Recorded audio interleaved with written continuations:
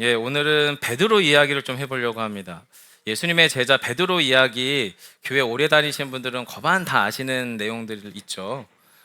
어부였어요. 어부였고 그리고 물고기 잡다가 예수님 만났고 그리고 예수님한테 칭찬도 많이 받았고 꾸중도 많이 받았고 하지만 나중에 이제 성령의 충만한 역사 가운데에서 초대교회 큰 기둥과 같은 인물이 된 사람이 바로 이 베드로죠. 근데 이 베드로가 이제 예수님의 질문에 답한 오늘 본문 안에서 이야기를 좀 한번 해보려고 해요. 저는 이 본문의 상황이 이런 것 같아요. 예수님이 이제 제자들을 처음 만나고 이제 예수님의 공적 생애, 선지자로서 하나님의 아들로서의 삶을 이제 한 3년 정도의 시간을 제자들과 함께 살아가는데요. 당신의 마음 속에 꼭 하고 싶었던 이야기, 이 제자들에게 이 이야기만은 반드시 해야겠다고 하는 꼭 하고 싶었던 그리고 마음속에 온전히 담아놨던 당신의 진심, 요 얘기가 이제 오늘 본문에서 비로소 드디어 이제 흘러나오게 되는데 그게 뭐냐면 예수님 십자가에 죽으시고 부활하신 후에 다시 살아나게 될 것이다라고 하는 주님의 십자가의 죽음과 부활에 관한 이야기를 이제 비로소 하게 되는 이 본문의 맥락인데요. 자, 여러분은 혹시 누군가에게 정말 하고 싶은 이야기가 있다면 그래서 그에게 나의 진심을 있는 그대로 정말 가감 없이 순도 100% 있는 그대로 내 진심을 전하고 싶을 때 여러분은 보통 어떻게 그러니까 말할 준비를 하세요? 저 같은 경우는 제가 하고 싶은 이야기가 있을 때는 결국엔 기도하게 되더라고요. 하나님 앞에 기도하면서 하나님의 지혜와 마음을 구하게 돼요. 왜냐하면 내 방식, 내 지식을 가지고 하다 보면 꼭 뭐가 엇박자가 나요. 오해가 생기기도 하고 내가 할 의도는 그게 아니었는데 엉뚱한 쪽으로 상대방의 그 얘기를 받아들이다 보니까 오히려 제 마음이 너무 어려워지다 보니까 저는 정말 제가 하고 싶은 이야기가 있을 때는 하나님께 기도하게 되더라고요. 그리고 무엇보다 하나님의 지혜와 마음을 구하면서 무엇보다 때를 구합니다. 때. 아무리 좋은 이야기도 어떤 때에 어떤 상황에서 하느냐에 따라서 이 이야기가 들리기도 하고 안 들리기도 하잖아요.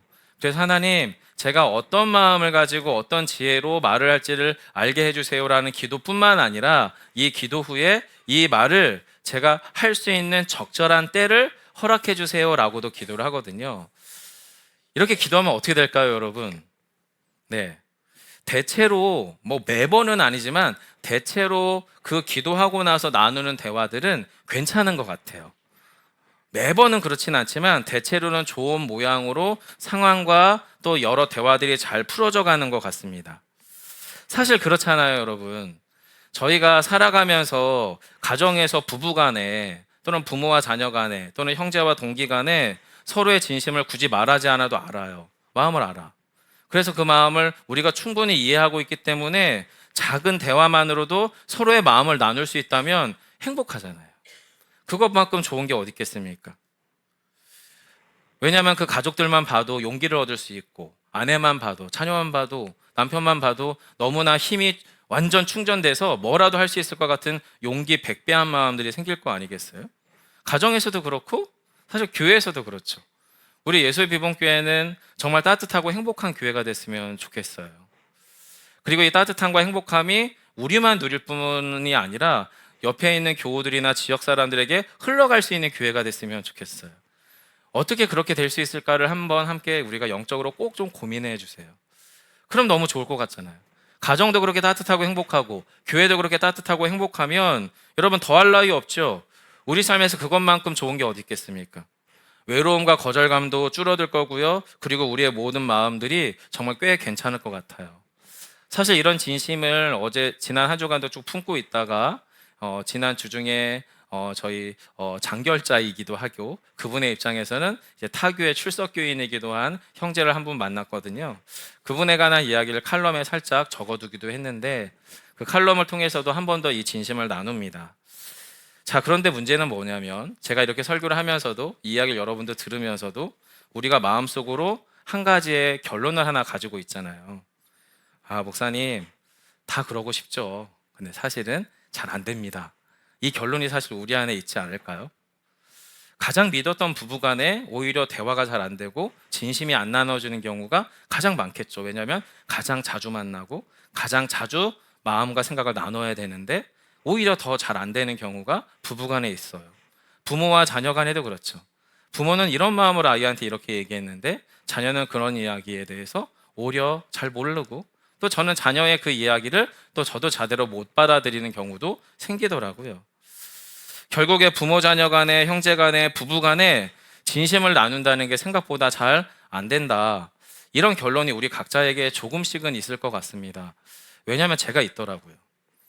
어린 시절의 저와 지금의 저는 좀 달라요. 아까도 청년 청소년 예배 때도 이야기했지만 저의 3살, 4살 때의 부모에게 제 마음을 표현하는 건 전혀 어렵지 않죠. 왜냐하면 전 그냥 울고 말하면 되니까. 부모님은 저의 진심을 받을 준비를 하고 들으실 테니까. 하지만 13살의 저는 사춘기를 겪어나가면서 해야 될 말, 하고 싶은 말, 엄마 아빠가 알아들을 말, 또 내가 혼날 말, 이런 것들을 나도 모르게 골라내기 시작을 하더라고요. 23살, 33살쯤 됐을 때는 굳이 이런 얘기를 엄마 아빠에게, 부모님에게 하고 싶지 않아지는 상황들이 생기더라고요. 그리고 이제 제가 가정을 이루고 났더니 우리 아내에게나 우리 아이들에게 하고 싶은 말, 해야 될 말, 해봤자 안 될 말, 뭐 이런 것들이 자연스럽게 나눠지면서 제 마음속에서 진심 100을 나누는 게 과연 가능할까? 이런 결론이 제 안에 찾아오더라라는 거죠. 어쩌면 슬프게도요, 서로의 진심을 100% 완전히 이해한다라는 것은 우리가 살아서 불가능하지 않을까라고 생각이 들기도 합니다. 여러분, 그렇다고 우리가 뭘 안 할 수는 없잖아요. 그래서 저 스스로가 제 마음속에 결정한 건 뭐냐면, 아, 맞아. 더 사랑하는 사람이 그 사람한테 맞춰서 살아가는 거지. 요 결론을 하나 얻게 됐어요. 그리고 어느 때는 제가 아내를 좀 더 사랑하는 것 같고, 또 어떨 때는 아내가 저를 좀 더 사랑하는 것 같다가도 서운함이 밀려올 때는 아주 피가 그냥 거꾸로 솟아서 미쳐버릴 때가 있었어요. 근데 그때 주님 앞에 기도하는데 주님이 저한테 이런 얘기를 하셨어요. 규성아, 너가 너의 아내 수진이를 사랑하는 것보다 수진이가 너를 사랑하는 게 더 크고 깊단다. 이 말씀을 제 마음속에 마음에 감동을 주셔서 정말 그런 걸 봤어요. 그랬더니 정말 그렇더라고요. 정말 그랬더라고요. 저는 제가 조금 더 잘하는 줄 알았는데, 제가 한 50일 정도 잘하고 아내가 49 정도 잘하는 줄 알았더니 아니더라고요. 아내가 50일 정도 잘하고 제가 한 49 정도 잘하더라고요. 이걸 이제 마음속에 받아들이면서 이제는 조금씩 맞춰가 보려고 하고 있습니다. 여러분, 맞춰간다는 건 체념한다는 말은 아니에요. 포기한다는 말은 아니고요. 하나님 앞에서 또 그 사람 앞에서 조정해 보겠다라는 말이에요. 사실 이게 저의 이야기이기도 하지만 지금 여러분의 이야기들이기도 하잖아요. 맞춰가시는 거죠. 여러분 포기하신 거 아니죠? 예수님도 여러분을 포기하지 않으셨어요. 여러분도 절대 집 앞에 집 안에 사는 여러분의 왼수들을 포기하지 않으시기를 축원드립니다. 절대 포기하지는 마세요. 그냥 맞춰가시자고요. 맞춰서. 자, 오늘 주님은 당신 안에 오랫동안 담아두었던 진심을 꺼내실 준비를 하고 계세요. 그리고 정말 하고 싶은 그 이야기를 당신의 제자들에게 하려고 했죠. 자, 어떻게 하고 있느냐? 예수님이 정말 당신이 하고 싶은 이야기를 어떻게 풀어가고 있느냐? 오늘 본문의 맥락 안에서 몇 가지를 살펴보려고 하는데요. 첫 번째로는요, 예수님은 옳고 그름으로 대화하고 있지 않습니다. 본문을 유심히 보시면 이건 맞고 저건 틀리고, 나는 옳고 너는 틀리고, 나는 이만큼 옳고 너는 이만큼 옳고, 이렇게 대화하고 있지 않아요. 예수님의 대화법을 유심히 보시면 제자들을 그냥 있는 그대로 보기로 결정하세요.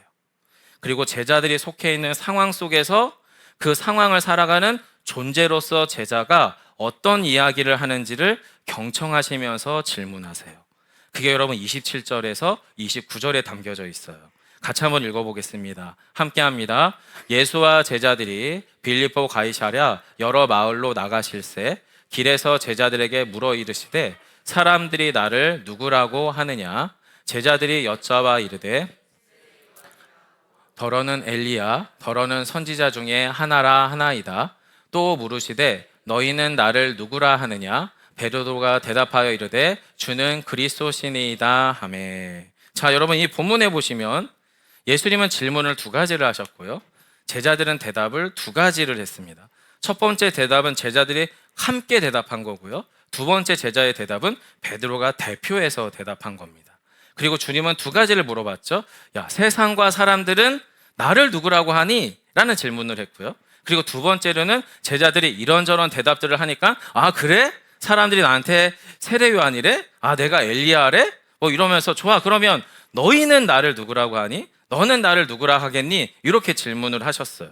자, 이런 질문, 이런 대답이 서로 주고받아지는 대화가 어떤 상황과 관계 속에서 지금 일어나고 있어요. 성도 여러분, 저희가 대화를 할 때, 특히 저 같은 경우도 대화를 할 때 놓치는 게 두 가지예요. 첫 번째, 상황을 자꾸 놓쳐요. 그리고 두 번째는 관계를 놓치게 되더라고요. 저는 아내가 하는 말의 90% 정도를 예, 아니오와 옳고 그름과 맞고 틀리고로 들을 준비를 하고 있어요. 아내가 원하는 대화는 관계였어요. 항상. 근데 저는 관계를 통한 공감이나 지지가 아니라 옳고 그름과 틀림으로 갖고 아내와 대화하기 시작해요. 목사가 돼서도 똑같아요. 교우들과의 대화 속에서 성도들이 저에게 원하는 건 공감이었어요. 그렇군요.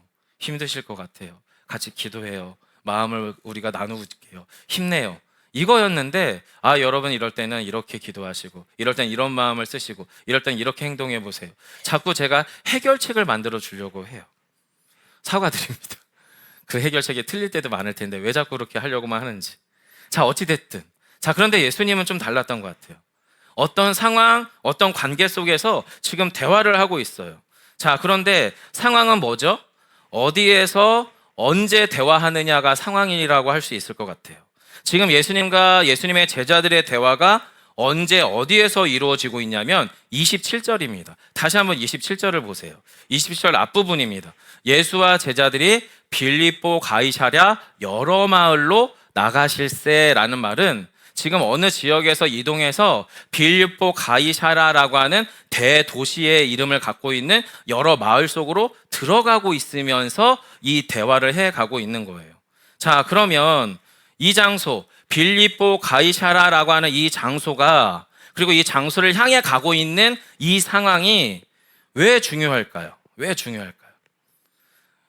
굳이 여러분 마가라고 하는 인물이 여기에 지명을 언급한 이유는 목적이 있기 때문에 그렇습니다. 왜냐하면요 예수님 시대 때 아무개 씨 어디 가요? 저 빌립보 가이사랴 갑니다. 이렇게 말을 하면 이 빌립보 가이사랴라고 하는 도시의 이름이 주는 그 장소가 주는 의미가 있기 때문에 그래요. 여러분 어떤 의미냐면 이 마가복음 8장 앞부분에는 벳세다, 달마누다라고 하는 작은 마을들도 등장을 해요. 이 마을들은 주로 유대 사람들, 혈통적으로 아브라함의 피를 나눈 유대인들이 살아가는 마을이고 주로 어촌 마을들이었어요.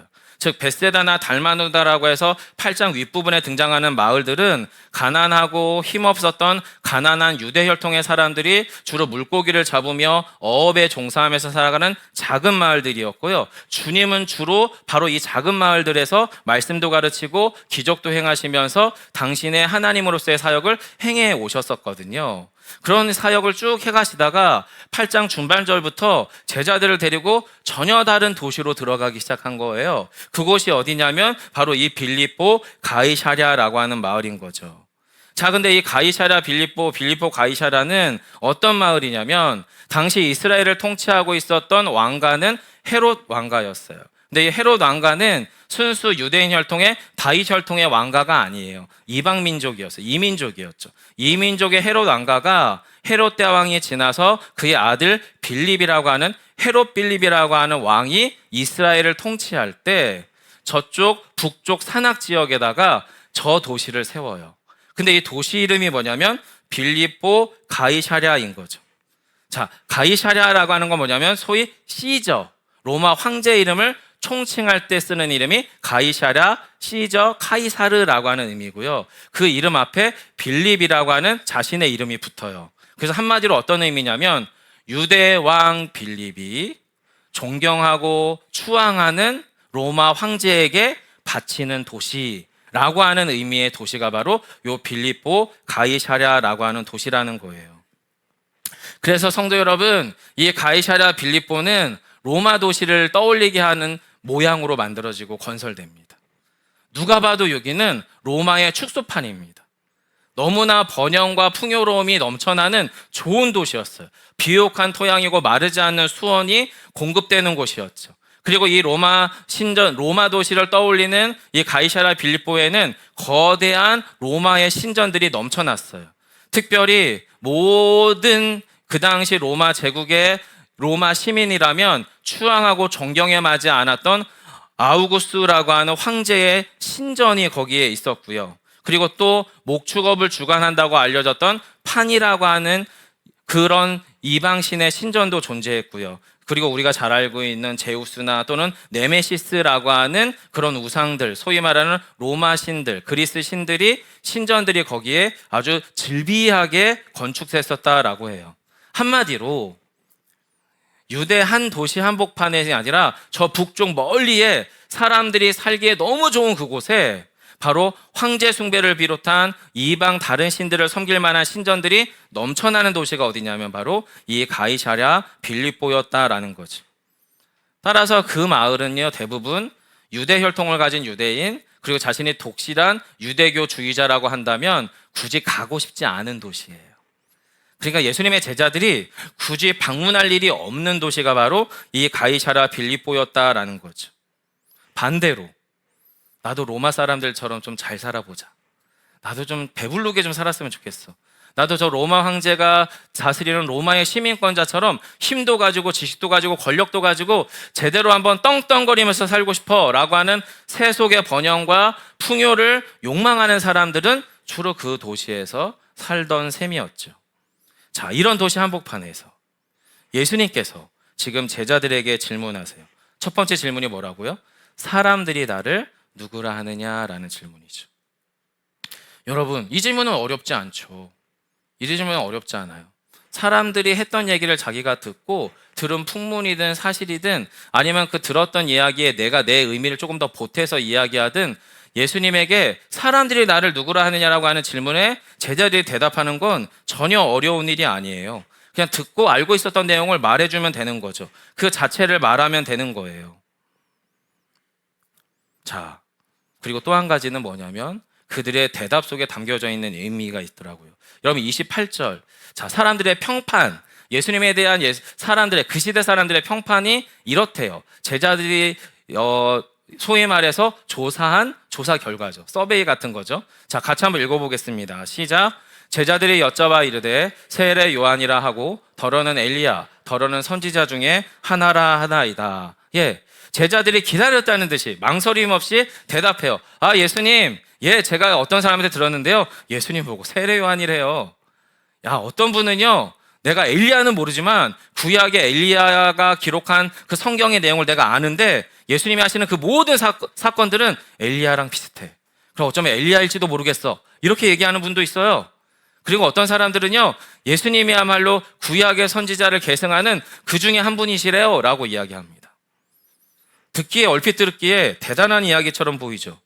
근데 여러분, 제자들이 지금 옮겨가는 이 풍문을 유심히 보시면 이런 의미예요.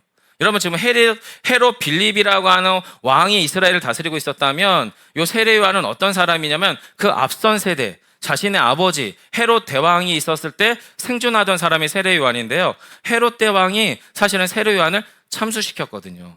죽였어요. 근데 사람들이 뭐라고 얘기하는 거예요? 그러면 다시 살아난 세례 요한 아니냐라는 거예요. 여러분, 헤롯 대왕 시절에 참수당했던 요한이 다시 살아났다고 말하는 이 기적 같은 풍문, 이상하지 않으십니까? 어떤 이는 구약의 엘리야를 본 적도 없는데 이 사람을 덮어놓고 엘리야라고 이야기하고 있습니다. 이것도 그들의 평판인 거죠. 또 어떤 이는 이런 사람은 그냥 구약의 선지자 중에 한 사람이야 라고 이야기하는 거죠. 그 사이에 주님은 스스로 당신을 뭐라고 얘기하고 계세요? 나는 하나님이 보내신 하나님의 아들이요 인자다라고 얘기하고 있거든요. 예수님의 자기 증언에는 사람들이 귀 기울일 마음이 없어요. 예수님의 자기 표현에는 귀담아 듣지 않아요. 사람들은 자신이 그냥 느끼는 대로 예수를 느끼고 싶은 것 같아요. 근데 그게 더 황당해 보여요. 죽은 세례 요한이 다시 살아났다고 말하는 거잖아요. 보지도 못했던 엘리야를 봤다고 얘기하는 거잖아요. 그리고 구약의 선지자 중에 한 사람일 거라고 그냥 치부하는 거죠. 그 사이에 주님은 당신이 하나님의 아들이며 약속된 메시아요 그리스도라고 당신 스스로가 이야기하고 계셨는데 말이죠. 저는 이럴 바에는 차라리 하나님의 아들이라고 말씀하신 예수님의 자기 증언을 믿는 게 더 쉬울 것 같은데 사람들은 예수님의 자기 증언에 귀 기울일 마음이 없어요. 자신들이 들은 풍문에 반응할 뿐이에요. 성도 여러분, 예수님 시대 때 사람들이 예수님에 대해서 떠벌리고 있었던 이런 평판에는 어떤 전제가 있는 거죠? 예수님은 결코 하나님의 아들이 될 수 없다예요. 예수님은 결코 약속된 메시아 그리스도일 리가 없다라는 거예요. 저 엄청나게 큰 가이사라 빌립보의 그 거대한 신전을 직접 지어서 보이지도 않았던, 만나지도 못했던 로마 황제에게 봉헌하던 그 시대 사람들에게는 야, 로마 도시 한복판에 사는 로마의 왕궁에 살고 있는 로마 황제는 하나님의 아들일지 모를지언정 저 예수는 결코 하나님의 아들일 수 없다라는 게 사람들의 전제였어요. 그리고 100% 양보해서 예수님이 하나님의 아들이진 않지만 하나님과 관계되어 있다면 혹시 그는 세례 요한이나 제2의 엘리야나 또 다른 선지자 중에 하나 아니겠어라는 거예요. 많은 사람들이 예나 지금이나 예수님 시대 때나 지금이나 예수님을 그렇게 비슷하게 바라봅니다. 들은 풍문대로, 배운 지식대로, 본인의 경험대로 예수에 대해서 이러쿵 저러쿵 얘기합니다. 성경이 예수님을 어떻게 이야기하는지에 대해서는 그다지 관심이 없습니다. 기독교 2000년의 역사 안에서 수많은 사람들이 당신들의 목숨을 던져가면서 하나님의 아들이신 예수 그리스도에게 자신의 전 존재를 던져갔던 그 기독교의 긴 역사 안에서의 하나님의 아들이신 예수님에게는 그닥 관심이 없어요. 그냥 풍문대로 보는 거예요. 실제로 이런 식으로 예수를 바라보죠. 그건 예나 지금이나 똑같습니다. 왜냐하면 예수님에 대한 세상의 시선, 일반 사람들의 시선은 변하지 않았기 때문에 그렇습니다. 하지만 지금 예수님은 뭐 하고 있다고요? 제자들과 대화하고 있다니까요. 저는 지금 어쩔 수 없이 옳고 그름으로 이 본문을 설교해 가고 있지만 예수님의 제자들은 예수님과 대화하고 있어요. 자, 그럼 성도 여러분, 대화를 할 때는 사실 확인이 전부가 아니잖아요. 지금 예수님은 사실 확인을 한 거거든요. 아, 그래? 아, 사람들이 나보고 다시 살아난 세례 요한이래? 그러네. 재밌네. 엘리야래? 본 적도 없는 엘리야라고? 좋아. 사람들의 팩트, 자신이 들은 사실관계를 확인했어요. 근데 여기서 멈추지 않으셨죠. 왜냐하면 대화하는 거니까. 그래서 예수님은 그 얘기를 주고받는 과정 속에서 진짜 질문을 하세요. 기다렸던 진짜 질문. 그게 뭐죠? 그래? 그럼 너희는 나를 누구라 하느냐? 여러분, 그것이 29절로 30절입니다. 같이 한번 읽어볼까요? 예수님의 두 번째 질문, 베드로의 첫 번째 대답입니다. 함께 읽겠습니다. 또 물으시되 너희는 나를 누구라 하느냐? 베드로가 대답하여 이르되 주는 그리스도시니이다 하매 30절이요. 이에 자기의 일을 아무에게도 말하지 말라 경고하시고. 드디어 베드로가 대답했어요. 아, 사람들이 그래? 알겠어. 그럼 너희는 나를 누구라고 하니? 여러분은 예수님을 누구라고 하고 싶으십니까? 여러분에게 예수님은 누구십니까? 저에게 예수님은 하나님의 아들이신데 제 전 존재를 걸고 가장 제대로 믿어보고 싶은 분인데 여러분에게 예수님은 누구십니까? 예수님은 그 질문을 사랑하는 제자에게 대화 안에서 질문하셨어요. 그리고 베드로가 그 관계 안에서 대답하죠. 왜요? 3년 동안 봐온 예수, 3년 동안 말씀하신 예수, 3년 동안 보고 듣고 경험했던 그 관계 속에서 한 가지 고백해요. 베드로가 뭐라고 고백합니까? 예, 주님, 당신은 그리스도세요. 성경에 말씀하신 약속된 하나님의 아들, 우리의 구원자 되신 우리의 메시아시죠. 베드로가 그렇게 고백해요. 근데 여러분, 베드로의 이 대답은 맞기도 하고 틀리기도 합니다. 한 번은 맞았고 또 뒤에 가서 한 번은 틀렸어요. 맞았던 이유는 뭐냐면 그 당시 세상과 사람들의 판단을 넘어서 자신의 신앙 양심을 따라 예수님에게 진실된 자기 고백을 합니다. 뭐라고요? 이 거대한 신전들이 넘쳐나는 가이사랴 빌립보 한복판 안에서 모든 사람들은 하나님의 아들, 신의 아들이 황제라고 이야기하고는 이 시대 속에서, 그 사람들 속에서, 하지만 저는 당신이 그리스도이십니다, 예수님 당신만이 하나님의 아들이십니다라고 고백하는 거죠. 자신의 신앙 양심을 따라서. 얼마나 진실되고 아름다운 고백인가요? 누가 뭐라도 예수님 당신이 나의 구원자세요, 누가 뭐래도 어떤 상황이 오든 저에게 그리스도는 당신뿐이에요 라고 지금 베드로는 고백하고 있는 거죠. 사랑하는 성도 여러분, 저와 여러분에게 베드로와 동일한 고백이 있기를 축원드립니다. 그거 하자고 신앙생활하고 계신 거 아닌가요? 실은 그 고백이 우리 안에 온전히 차올라서 그 충만한 고백 안에서 우리의 삶이 사라지자고 지금 신앙생활 하고 있는 거잖아요. 그러면 우리가 그 고백 속에 함께 머물러 있어야 하겠죠. 세상 속에서 우리는 끊임없이 질문을 받습니다. 왜 교회 다니는 거야? 왜 예수를 믿어? 너한테 교회 다니는 건 어떤 의미야? 당신한테 자꾸 예수 얘기 나오는데 예수님이 당신한테 뭐야? 이런 질문 사실 받지 않으세요? 불신자 배우자한테 그런 질문 받을 수도 있고요. 예수님을 모르는 친지나 가족들에게 받을 수도 있고요. 이번 명절 때도 또 그 비슷한 질문을 받을 수도 있지 않으시겠습니까? 자, 그 질문을 세상이 하고 있거든요. 그리고 이 세상 가운데서 우리는 그 질문에 대답하면서 지금 가고 있는 거거든요. 베드로와 같은 고백이 우리 안에 회복되어야 되겠죠.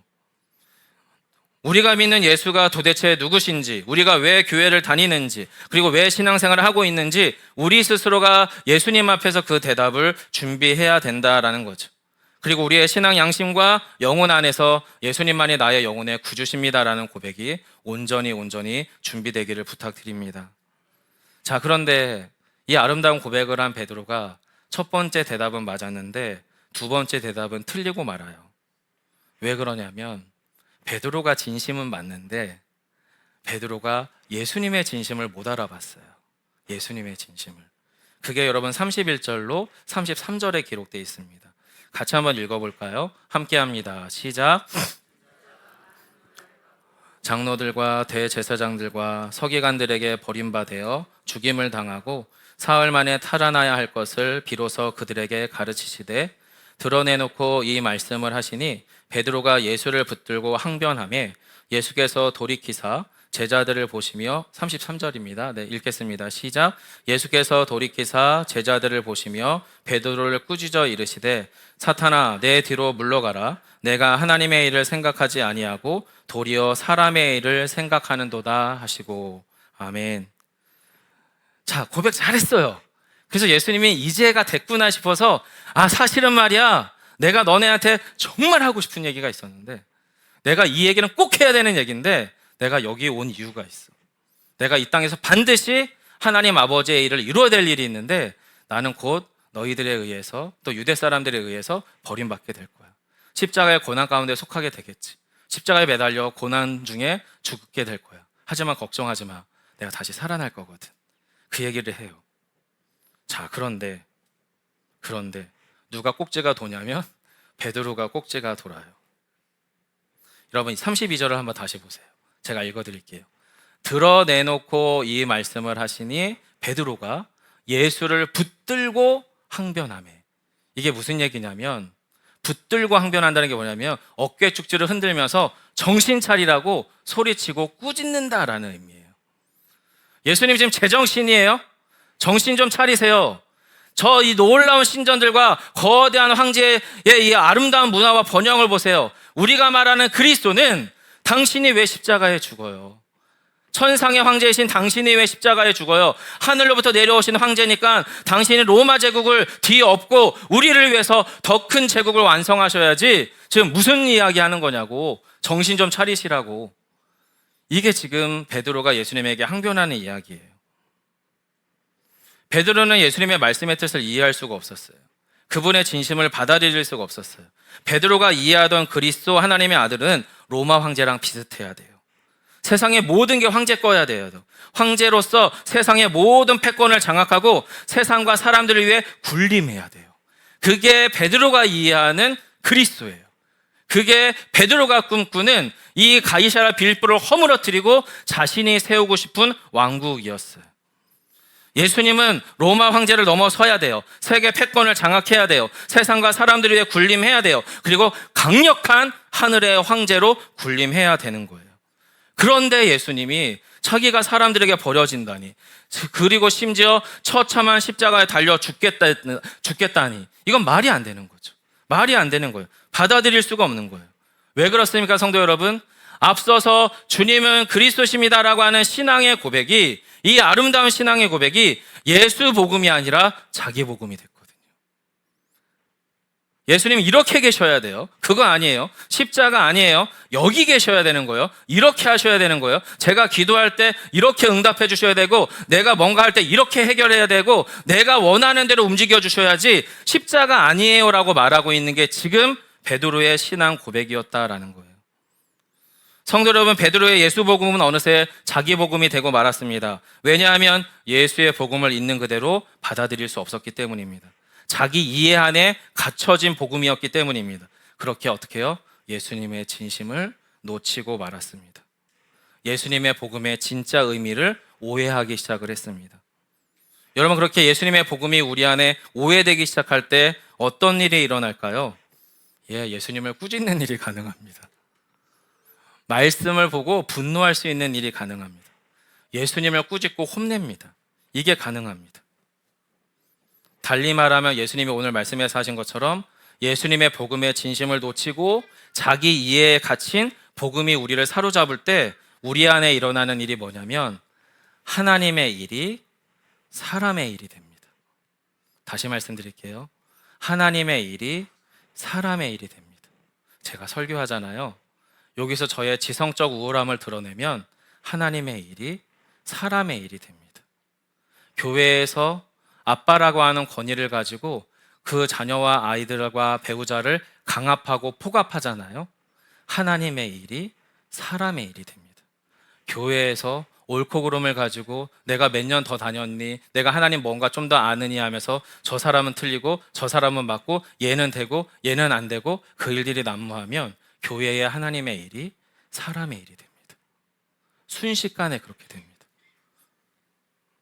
성도 여러분, 하나님의 일이 사람의 일이 되어버리면요, 좋은 일도 나쁜 일이 돼요. 결혼도 나쁜 결혼이 돼요. 부부됨도 나쁜 부부됨이 돼요. 자녀도 나쁜 자녀가 돼요. 교회도 나쁜 교회가 되고요. 목회자도 목사인데 나쁜 목사가 돼요.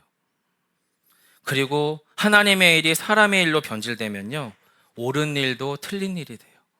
맞게 설교했어도 틀린 설교가 돼요. 맞게 말했어도 틀린 말이 돼요. 왜요? 진심이 오해돼서, 왜곡돼서, 안 받아들여져서. 왜 그렇죠? 아무리 겉으로는 그럴싸해 보여도 예수의 복음이 그 안에 없으면 생명력이 없거든요. 사랑이 빠져나가기 때문에 아무것도 아니거든요. 저는 그걸 느껴요. 우리 아이들과 아내와 대화 중에, 저는 성도분들과의 대화 중에 그걸 느껴요. 우리 안에 서로의 진심을 헤아릴 수 있는 마음이 준비가 되어 있지 않으면 껍데기 얘기가 난무하는 게 느껴져요. 그리고 그냥 그렇게 사는 거죠. 왜요? 그렇게 살아와도 아무 일이 없었으니까. 원래 그렇게 신앙생활을 해왔으니까.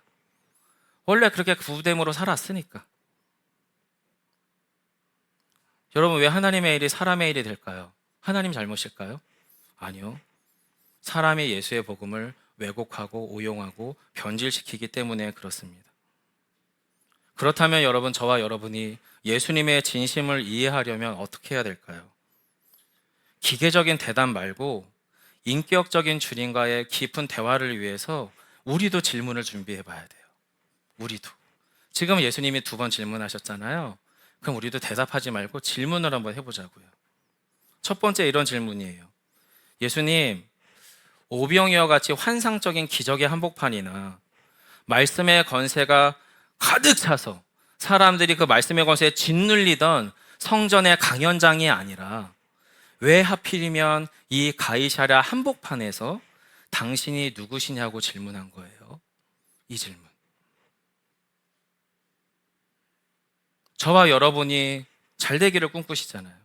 좀 더 넓은 아파트, 좀 더 좋은 차, 좀 더 안정된 보수, 조금 더 잘 나가는 사업장, 뭔가 사람들에게 영향력 끼치는 어떤 사회적 포지션, 다 욕망하시잖아요. 소위 우리는 가이사랴 빌립보 한복판에 살아가고 있잖아요. 그게 틀렸다는 말씀을 드리는 게 아니라 우리가 거기 살아가는 존재라고요. 그러니까 주님이 거기서 질문하시는 거 아니겠습니까? 우리가 거기를 살아가고 있는 존재니 주님이 그렇게 질문하시는 거죠. 그럼 질문해 봐야 되죠. 왜 그 한복판에서 질문하셨을까? 그리고 또 한 가지 질문. 예수의 복음을, 예수를 온전히 알려면 왜 꼭 예수님의 십자가의 고난과 죽음을 이해해야 될까? 그게 왜 그렇게 중요한가? 이 두 가지 질문이 사실은 이 대화 속에서 우리가 또 베드로가 예수님께 했어야 될 질문 같아요. 사랑하는 성도 여러분, 앞서서 말씀드린 것처럼 세상과 사람들은 자기만의 하나님을 만들어내곤 합니다. 돈을 좋아하는 분들은 하나님이 돈이 됩니다. 외모와 건강과 지식과 영향력과 관계와 인맥의 하나님이신 분들은 계속 그것들을 추구하고 만들어 갈 겁니다. 그렇게 우리는 또 하나의 가이사랴 빌립보의 나만의 신전을 짓고 살아가게 됩니다. 근데 때마침 거기에 예수님이 들어오신 거예요. 아, 좋아.